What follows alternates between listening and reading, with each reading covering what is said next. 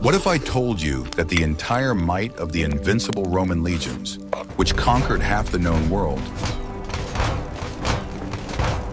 rested on a single, simple, almost primitive food? This wasn't an exotic warrior's diet, Ensure the pots are cleaned immediately after eating. but a carefully calibrated system that fueled not only the muscles, but the very spirit of the empire. We are used to imagining legionaries as grim warriors, but we almost never think about what lay in their campaign kettles. The truth about the Roman army's diet is far more complex and interesting than it first appears. And it reveals the secrets of their discipline, logistics, and endurance. This food was the fuel for a machine that could not be allowed to stop. Watch this video to the end, and you will learn which single drink, despised by the elite, was more important to a soldier than clean water, and how it helped them stay in the ranks. I will reveal to you one of the main secrets that explains why the Roman army was so effective. It all comes down to the fact that its foundation was not weapons or armor, but a simple and humble cereal, wheat. For a Roman, grain was not just food, it was a symbol of civilization, order, and a settled life. It was the direct opposite of the chaotic and unpredictable diet of the barbarians, who in the Romans' view, ate whatever they could find. Therefore, supplying the legions with grain was not just a matter of logistics, but a fundamental ideological task. A soldier who received his ration of wheat received not just calories, he received a piece of Rome. This ration connected him to home, to the orderly world he was defending on the wild frontiers. Wheat was a universal currency and a universal fuel. It could be stored for months or even years in dry granaries, making it the ideal strategic resource. No other product possessed such a combination of nutrition, durability, and ease of transport. The main type of grain that formed the basis of the diet was wheat, known as triticum. It was from this that panis militaris, or military bread, was made. However, the diet also included barley, or hordeum. Barley was considered a less prestigious grain, the food of gladiators or peasants. But its value lay in its hardiness, as it could grow where wheat could not, for example, in the colder and wetter climates of the northern provinces. Each legionary received his ration in the form of whole, unprocessed grain. This was not due to the quartermaster's laziness, but for a very pragmatic reason. Whole grain stores much longer than flour, which spoils quickly, absorbs moisture, and attracts pests. Thus, the army shifted the final stage of processing, milling, onto the shoulders of the soldiers themselves. This ensured that they would always have fresh flour for cooking. This milling process was an important part of the daily routine. Each soldier carried a small hand mill, a mola manuaria. These were two round millstones that allowed a portion of grain to be quickly turned into coarse flour. This flour then became the basis for the legionaries' two main dishes, bread and porridge. Bread was preferred but required time for baking. Porridge, or poles, was a quicker and simpler option. Besides bread and porridge, the flour was used to make buccellatum, the so-called soldier's biscuit or hardtack. This was a very hard, twice-baked bread that could be stored almost indefinitely. It was tough and often had to be soaked in water, wine, or that special drink we will talk about later. These biscuits formed the basis of the emergency rations that a soldier carried with him on the march. Grain was so important that any disruption in its supply could cause serious unrest among the troops. A hungry legion was dangerous not only to the enemy, but also to its own commanders. Therefore, the entire gigantic logistical machine of the empire was primarily geared towards the uninterrupted supply of the army with this strategic product. Roman roads, ports, and giant granaries, horia, were all built with this one main goal in mind. Wheat was not just food, it was an instrument of discipline. As a punishment, a delinquent unit could be switched from wheat to barley. This was not so much a physical as a moral humiliation. A soldier forced to eat barley porridge felt debased, which served as a powerful disciplinary lever. Thus, even the soldier's mess reflected the strict hierarchy of the Roman world. This focus on grain also determined the strategy of warfare. The Roman army could not stay long where there was no possibility of organizing the delivery of wheat or its requisition on the spot. Wars were fought along rivers and roads by which supplies could be established. The legions were tied to their grain wagons, and this was both their strength and their main vulnerability. The entire system was designed for maximum efficiency. A standardized ration meant standardized supply. Quartermasters didn't need to rack their brains over menu variety. They needed to provide a certain number of modii of grain per soldier per day. This predictability and reliability was the foundation upon which Roman conquests were built. And what do you think? Could a modern person survive on such a monotonous but nutritious diet? What was the main thing about it? The calories or the symbolic meaning invested in it? It's very interesting to know your point of view. Write about it in the comments. And be sure to subscribe to the channel so you don't miss our next investigations. Are you ready for the shocking truth about how much a soldier's ration actually weighed? When we say ration, we imagine something abstract, but for a legionary, it was very specific kilograms that he had to carry on his person. This system was called the annona militaris, the military allowance, and it was the cornerstone of all army life, strictly regulated and mandatory. The central element of the ration, as we have already found out, was grain. Sources like Polybius give us fairly precise figures. Each legionary received approximately 2 modi of grain per month. Converted to modern measures, this is about 850–900 grams of grain per day. This is a very large amount, providing about 3,000 to 4,000 calories. This calorie volume was absolutely necessary. A legionary was not just a soldier. He was an engineer, a builder, and a laborer. Daily marches of many kilometers with a full pack, which weighed up to 40 kilograms, required a colossal expenditure of energy. In addition, soldiers dug ditches, built camps, felled forests, and laid roads. Their grain ration was calculated precisely for such extreme loads.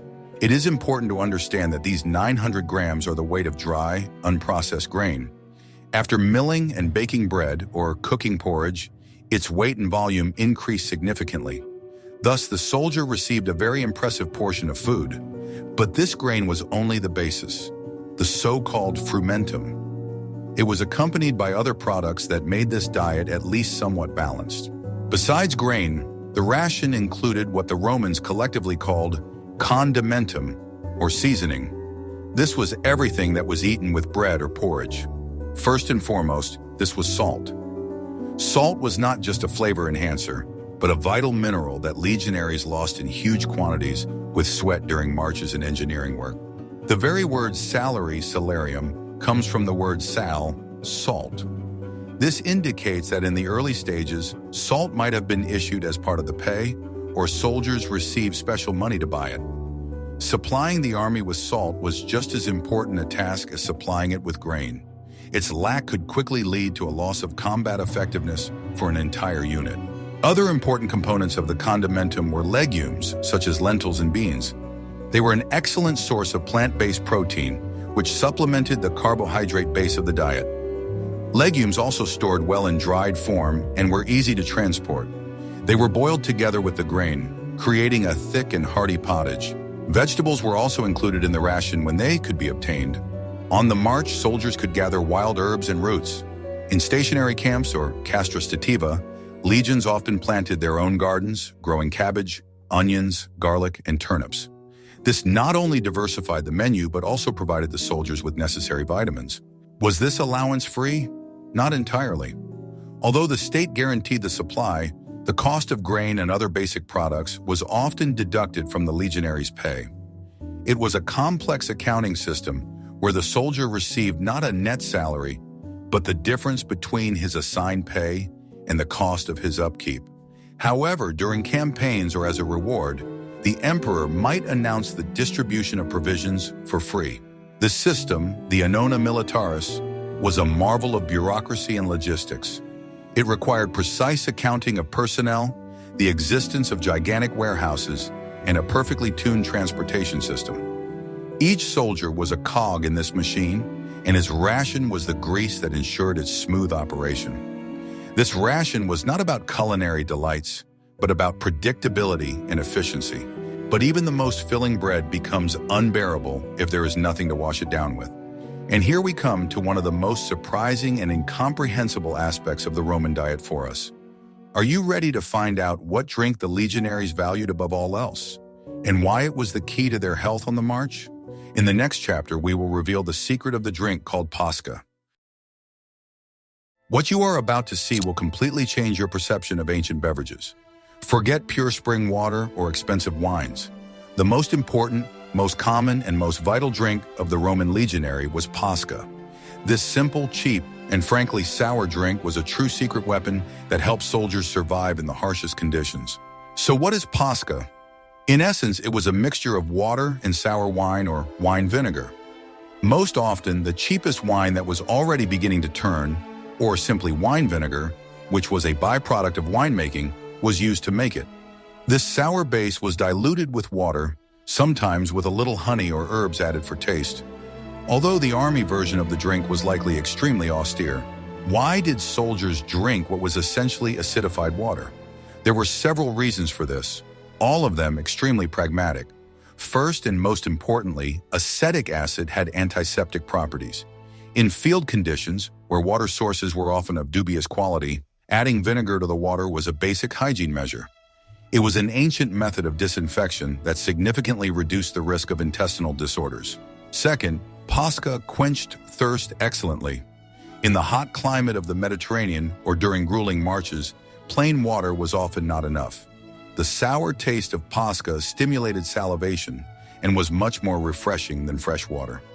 Soldiers could drink a large amount of this beverage without feeling oversaturated. Third, it was a matter of taste and habit. Plain water could taste unpleasant, stagnant, or warm. The vinegar masked all the unpleasant flavors, making drinking more acceptable. Furthermore, it was the energy drink of its time. The vinegar and residual sugars from the wine provided a small but quick boost of calories. Fourth, Posca had an important social and psychological aspect. Expensive, aged wine was the drink of the elite, of senators and the wealthy. Posca, however, was the drink of the common people, the drink of soldiers. By drinking it, a legionary demonstrated his endurance, his unpret be, and his belonging to the military brotherhood. This drink was a symbol of sobriety and readiness for service, unlike wine, which could lead to a relaxation of discipline. Sources confirm that Posca was a standard part of the army ration. Soldiers carried flasks of this drink with them. Emperor Hadrian, known for his love of the soldier's life, reportedly drank Posca with the legionaries during campaigns, demonstrating his unity with the army. This was a powerful gesture that raised his authority. The preparation of Posca required no effort. Vinegar or sour wine was cheap and available in any province where wine was made. Soldiers were probably issued a concentrated vinegar base, which they diluted themselves with water from local sources. This was much simpler and cheaper than hauling wagon loads of clean drinking water behind the army. One should not confuse Posca with wine, which was also part of the ration but served a different function. Wine was more for raising morale, for consumption in the camp in the evening, after all work was done. Posca, on the other hand, was a technical drink consumed throughout the day during work and on the march. It was a functional beverage that solved specific problems, quenching thirst, disinfecting, and maintaining vitality. Modern attempts to recreate Posca show that the drink has a rather specific, but not necessarily unpleasant taste. Especially if you add a little honey, it resembles a non-carbonated, sour lemonade or kvass. For a person exhausted by heat and physical exertion, such a drink could indeed seem like a salvation. Thus, this humble drink was no less important than grain. It protected the army from diseases, maintained its water balance, and served as a symbol of the soldier's life. Posca is a prime example of Roman pragmatism, the ability to take the simplest and cheapest product and turn it into an effective tool for achieving great goals. This system of nutrition seems almost vegetarian: bread, porridge, vegetables, and vinegar water. But surely warriors who perform such heavy labor didn't eat meat at all? Give this video a like if you've also wondered about this, and be sure to subscribe to the channel so you don't miss our new history videos. What if I told you that everything you've been taught about the legionary diet is outdated? A common myth holds that the Roman army was made up of vegetarians who subsisted exclusively on grain. This myth is very convenient. But like most myths, it doesn't stand up to scrutiny. Yes, grain was the foundation, but meat or picus also played an important, albeit not daily, role in the diet, and even more importantly, in the morale of the legion. The idea of vegetarianism probably arose because grain was the guaranteed ration, while meat was not. Grain could be easily stored and transported, and it formed the basis of calories. Meat, on the other hand, was a perishable product, and its logistics were incomparably more complex. Therefore, it was not part of the daily, standardized ration issued by the quartermasters. However, this does not mean that soldiers did not eat it.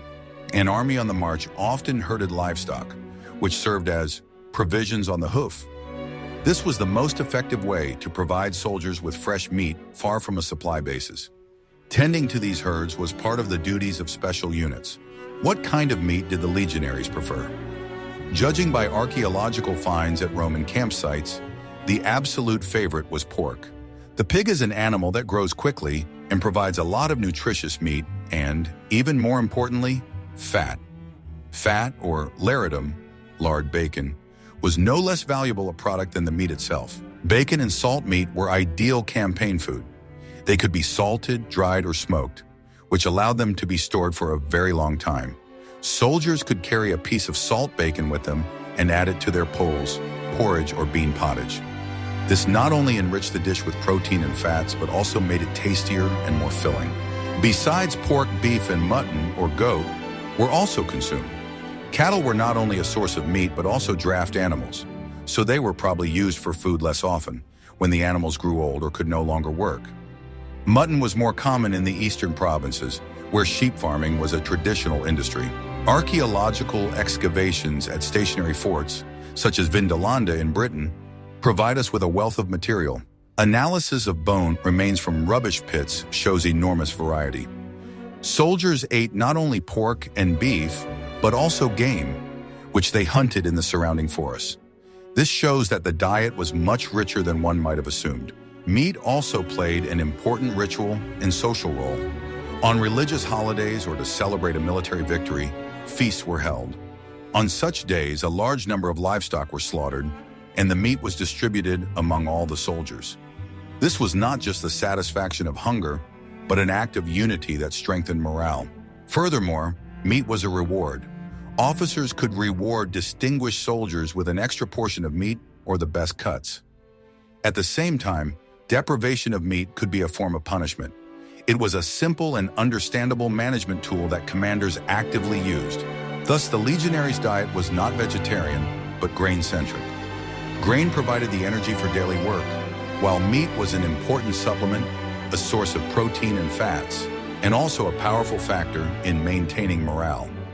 A soldier who received meat felt the care of his command and was ready for new achievements. Of course, in field conditions, one could not always count on a wagon with bacon or a herd of livestock. What did a legionary do when organized supplies were cut off? In the next chapter, we will find out how soldiers turned into foragers and what they could find to supplement their meager rations. When the legions were an enemy or simply undeveloped territory, organized supply often failed. In these cases, one of the legionaries' most important skills came into play: the ability to feed himself. This process, known as pabulatio, or foraging, was not just random gathering, but an organized and vital activity. Soldiers had to know what was edible and what was not. Foraging was a risky business. Soldiers who strayed far from the main camp in search of food were vulnerable to enemy ambushes. Therefore, foraging parties always operated under guard, ready to repel an attack at any moment. Caesar, in his Commentaries on the Gallic War, repeatedly mentions skirmishes that occurred precisely during the gathering of provisions. So what were the soldiers looking for? First and foremost, they were interested in wild edible plants. These could be various herbs that went into pottage, such as wild sorrel or nettles. Soldiers were experienced botanists by necessity. They had to be able to distinguish edible plants from poisonous ones. This knowledge was often passed down from veterans to new recruits. Wild fruits and berries were of huge importance. Depending on the season and locality, these could be wild apples, pears, plums, blackberries, raspberries, or sloes. Fruits were not only a source of calories and pleasure, but also a vital source of vitamins, which were so lacking in the standard grain diet. This was a simple and effective prevention against scurvy. In southern regions, soldiers could gather figs, grapes, or dates. These products were very nutritious and could be easily dried, turning them into a long-term supply. Dried figs were an excellent source of quick energy during a long march. Another important resource was nuts and seeds. Hazelnuts, acorns, chestnuts. All these were collected, dried, and could be used to enrich the diet. Acorns, for example, were soaked to remove bitterness and then ground into a meal that was added to bread or porridge. It was a nutritious, though not the most delicious, product.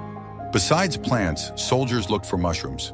This required special care and deep knowledge, as a mistake could cost a life. However, mushrooms were valued in Roman culinary tradition, and there were likely soldiers who knew how to identify them. Collected mushrooms were dried or immediately added to pottage. We should not forget honey. Wild honey was the only available sweetener and a real delicacy. Discovering a hive of wild bees was a great stroke of luck. Honey was not only eaten but also used to preserve fruits or to make honey-based drinks. In coastal areas, the diet could be supplemented with mollusks and seaweed. Soldiers gathered oysters, mussels, and other edible sea creatures during low tide. This was a valuable and easily accessible source of protein that did not require complex skills. This process of gathering was not just a supplement to the ration, it was a school of survival. It taught soldiers to be observant, resourceful, and self-reliant. A legionary who knew how to find food in the wild was a much more valuable warrior than one who was completely dependent on the quartermaster's wagon train. Here is what happens behind the closed doors of soldierly life, or more accurately, behind the flap of the tent. The Roman army was organized with incredible precision, and this organization permeated all spheres of life, including food preparation.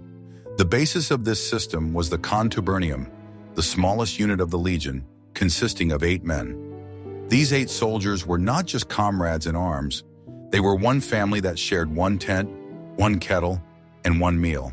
It was precisely at the level of the Contubernium that all the magic of the field kitchen took place. There were no centralized canteens in our understanding in the Roman army, especially on the march. Each Contubernium received its share of products, primarily grain, and was responsible for preparing it themselves.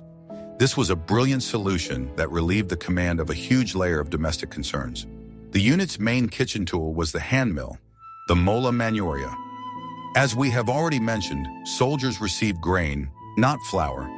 Therefore, the first task was for 2 soldiers from the Contubernium to grind the daily norm of grain. This was hard and monotonous work, which was likely done in turns. The millstones were heavy, and turning them required considerable effort. The resulting coarse flour was the basis for all dishes. The simplest and quickest option was pulse, a thick porridge. Water was poured into the campaign kettle, patera, salt and flour were added, and it was cooked until ready. Depending on availability, other ingredients could go into the porridge: chopped bacon, beans, lentils, onions, or foraged herbs. If time and conditions permitted, the soldiers baked bread. This was a more laborious process. Dough was mixed from flour, water, and salt, using a leaven that they carried with them. The bread could be baked on hot stones by the fire, or in more stationary camps in special clay ovens, Clibanus. This bread, panis militaris, was dense, coarse, and very filling. Besides porridge and bread, soldiers prepared various pottages and stews. Everything that could be obtained went into the kettle: dried meat, vegetables, legumes, seasonings. Garlic and onions were especially prized, as they gave flavor to even the simplest dish. Cooking was a collective process that brought the soldiers together. Each soldier had his own personal mess kit. It usually consisted of a bowl, a cup, and a spoon. The Romans did not use forks. Food was taken by hand or eaten with a spoon. This simple kit was light, durable, and multifunctional. The bowl could be used for both porridge and drinks. The process of eating was also strictly regulated. There were usually 2 main meals: one in the morning, before the start of the march or work, a lighter one, and the main meal in the evening after returning to camp. The evening meal was not only a time to satisfy hunger, but also for social interaction. The soldiers of the Contubernium gathered around the fire, ate from a common kettle, and discuss the day's events. This system had many advantages. It was flexible, as 8 men could quickly prepare food for themselves in any conditions. It was reliable, as it did not depend on one large field kitchen, which could be put out of action. And it fostered self-reliance and mutual responsibility in the soldiers. This cell of 8 men was the heart of the army. The soldiers who ground grain together, cooked together, and ate together were bound by ties that were stronger than kinship. They knew they could rely on each other, not only in battle but also in daily life. And this confidence was no less important than a sharp sword or a sturdy shield. But how was this entire system, based on thousands of small contubernia, supplied with food on an industrial scale? In the next chapter, we will talk about the gigantic logistics machine that fed the legions. The Roman army might have been strong in the spirit of its soldiers, but it moved exclusively on its stomach. And this stomach was enormous. Supplying hundreds of thousands of legionaries scattered across a gigantic territory from Britain to Syria was a logistical task of titanic proportions. This task was solved with typical Roman pragmatism and efficiency, and at the center of this system stood the Horea, the granaries. Horea were not just warehouses. They were true engineering masterpieces designed for one purpose: to keep grain dry and protected. The Romans were the first to approach this issue from a scientific point of view. A typical military granary was a long, rectangular building, but its main feature was hidden from view. The floor in a horium never lay directly on the ground. It was raised on rows of stone or brick pillars, creating an underfloor space. This ensured constant air circulation, which prevented the accumulation of moisture and the rotting of the grain. It was a simple but ingenious ventilation system that allowed grain to be stored for years.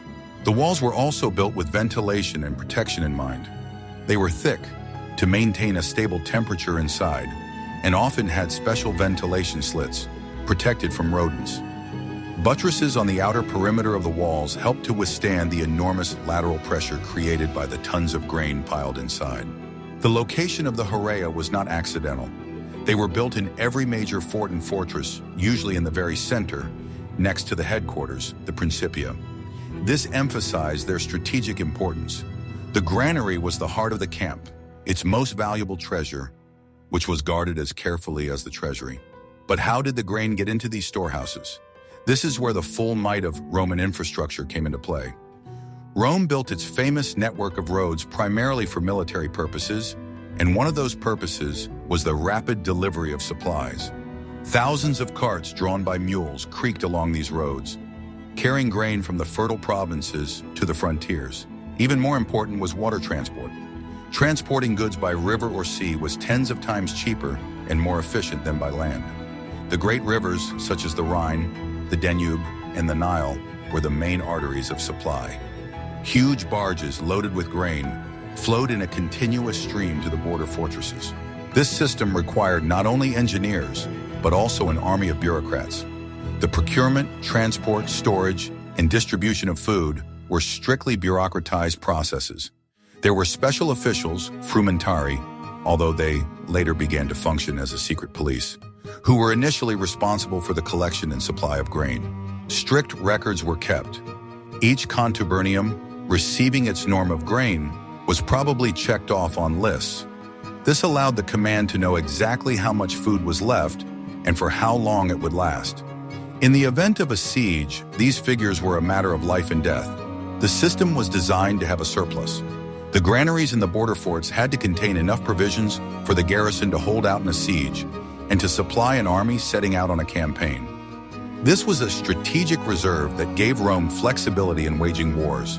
The vulnerability of this system was its only drawback. The capture or destruction of Horea by the enemy was a catastrophe. Enemy commanders understood perfectly well that the best way to defeat a Roman legion was to deprive it of its bread. Therefore, the granaries were one of the main targets during attacks on Roman camps.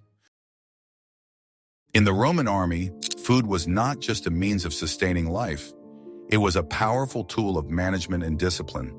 Commanders perfectly understood that control over provisions gave them direct control over the soldiers' behavior.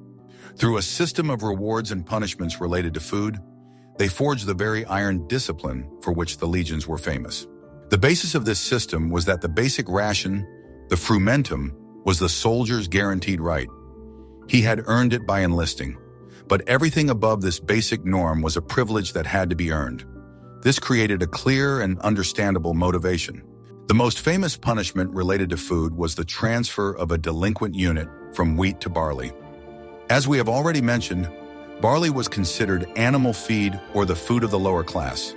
For a proud legionary who considered himself the flower of Roman citizenship, eating barley porridge instead of wheat bread was a public humiliation. This punishment was psychologically calibrated. It did not maim the soldier or deprive him of the calories needed for service, but it struck at his pride. An entire cohort forced to eat barley became an object of ridicule for the rest of the legion. This created powerful collective pressure, forcing soldiers to watch each other and avoid misconduct. In more serious cases, direct ration cuts could be applied. Soldiers who showed cowardice or disobedience could have their rations reduced. This was already a physical punishment that quickly brought the offenders to their senses. Under conditions of constant physical exertion, even a small reduction in the amount of food was felt very acutely. On the other hand, food was also the main tool of reward. For bravery shown in battle or diligence in work, a soldier could be rewarded. A commander could order an extra portion of wine, a piece of meat, or white bread, which was valued much more than the soldier's bread, to be given to distinguished fighters. Special feasts, epulae, were held in honor of great victories or important holidays. On these days, the army received abundant food, often at the expense of trophies or the generosity of the general. These were not just dinners, but ritual actions that strengthened the bond between the commander and his soldiers. A general who was not stingy with treats for his warriors enjoyed their limitless devotion. The very process of distributing food was a demonstration of hierarchy. Officers and centurions received better quality products and in greater variety. Their diet was closer to that of a city dweller than to the ration of a simple legionary. This was a visible embodiment of their status and power. Even during sieges, food remained a tool of control. Historians describe cases where commanders, in order to stop panic and despair in a besieged city, publicly displayed the remaining food supplies. This was intended to convince both the enemy and their own people that they had enough food to hold out for a long time. Roman generals understood that a hungry soldier is a bad soldier. He is not thinking about the glory of Rome, but about his stomach. Therefore, ensuring provisions was their primary concern. But they also understood that a well-fed and satisfied soldier is a manageable soldier. Thus, the soldier's kettle was just as important a battlefield for discipline as the training ground. Through the simple system of issuing grain, meat, or wine, Roman commanders managed the moods and behaviors of thousands of men, turning them into a single obedient mechanism. The Roman Empire stretched for thousands of kilometers, encompassing the most diverse climatic and cultural zones, from the foggy forests of Britain to the scorched deserts of Syria. Although the legionaries' basic ration, based on grain, remained unchanged, it inevitably adapted and was enriched by local products. The Roman army was not only a conqueror, but also a great culinary adapter. When the legions arrived in a new province, they brought their habits with them. They brought wheat, grapes, and olives. In many regions, such as Britain, these crops were previously unknown. The soldiers, and later the veterans who founded colonies, began to grow the products they were used to, forever changing the agriculture of the conquered lands. However, the army could not be completely dependent on imported products. Logistics were expensive and difficult. Therefore, the legions actively used local resources. In Britain, where wheat grew poorly, soldiers probably had to consume barley or oats more often, which was a traditional local crop. Instead of wine, which was difficult to deliver to the northern provinces, soldiers adopted the local habit of drinking beer, or cervitia. Archaeologists find numerous evidences of brewing in Roman forts in Britain and Germany. Beer was a caloric and nutritious drink that fit perfectly into the soldier's ration, although for a native Roman, it was considered a barbarian drink. At the same time, in Egypt or Syria, the situation was the reverse. Here, products unfamiliar to an Italian were available in abundance. The diet of the legionaries stationed on the eastern borders was enriched with dates, lentils, chickpeas, and a variety of local fruits. Olive oil, which in Britain was an imported luxury, was the main and cheapest fat here. The army was the main channel through which these new products spread throughout the empire. Soldiers who had served their time in Syria returned to Italy or Gaul and brought new culinary habits with them. This is how, for example, cherries, which the general Lucullus brought from one of his eastern campaigns, spread throughout the empire. This adaptation was a matter of survival. A legion that knew how to use local resources was less dependent on the whims of central supply. Soldiers learned from the local population which plants were edible, where to find water, and how to prepare unfamiliar food. It was a two-way exchange. Rome brought its culture, but it also absorbed the culture of the conquered peoples. Archaeological finds confirm this. The analysis of rubbish pits in Roman forts is a real treasure trove of information. In Germany, they find the bones of pigs and cows, as well as a large number of fish hooks. In Egypt, date pits and olive stones. In Britain, nutshells and the bones of local game. This flexibility was one of the strengths of the Roman army. They did not try to blindly impose their diet where it was impossible or inefficient. They took their proven grain base and strung local products onto it, creating a unique but functional diet each time. This also influenced the economy of the provinces. The presence of a huge army, which was a solvent and constant consumer, stimulated local production. Peasants began to grow what the legions needed, be it wheat, barley, or livestock. The army became the locomotive of the local economy. Thus, there was no single legionary menu for the entire empire. There was a single principle, a high-calorie grain base, supplemented with proteins and fats. But what exactly it was supplemented with depended on where the soldier was serving, on the snowy Rhine or the hot Euphrates. Until now, we have been talking about the diet of the common legionary, the Miles Gregarious. His food was simple, functional, and monotonous. But the Roman army was a strictly hierarchical structure, and this hierarchy was fully reflected at the dinner table. The officers, centurions, tribunes, and legates ate completely differently. Their diet was not just food, it was a symbol of their status. The main difference was in quality and variety. If the common soldier received coarsely ground flour, the officers ate white, well-sifted bread, panis candidus. It was considered more prestigious and was a sign of high position. They did not grind the grain by hand. This work was done for them by their servants or slaves. The same applied to drinks. The common soldier drank Posca or cheap local wine. The officers, however, drank quality wine, often imported from Italy or other famous winemaking regions. Archaeologists find amphorae with stamps in officers' quarters that testify to the supply of expensive wines from thousands of kilometers away. The officers' diet was much richer in meat. They did not depend on occasional handouts or holidays. At their disposal were their own cooks, who prepared complex dishes for them. In the rubbish pits near officers' dwellings, they find the bones not only of pigs and cows, but also of poultry, such as chickens, geese, and ducks. Imported delicacies played a huge role. Officers, even while on a wild frontier, tried to maintain the Roman lifestyle they were accustomed to. They ordered and received products that were completely inaccessible to common soldiers. High-quality olive oil, garum, fish sauce from Spain, exotic spices like pepper from India. Pepper was a particular luxury item. It was incredibly expensive but very popular among the elite. The discovery of peppercorns in Roman forts, such as Vindolanda, in the dwellings of the command staff indicates that officers spent considerable money to make their food tasty and prestigious. The dining setting also differed radically. If soldiers ate from simple clay bowls, sitting by the fire, officers dined in their comfortable quarters, the praetorium or the centurions' houses. They used expensive tableware, silver platters, goblets, and imported pottery, such as terra sigillata. For officers, eating was not just satisfying hunger, but an important social ritual. The commander of the legion, the legate, would host feasts for his tribunes and centurions. These were not just dinners, but a form of business communication, where plans were discussed, problems were solved, and bonds were strengthened. The atmosphere was much closer to a dinner party in Rome than to a soldier's meal.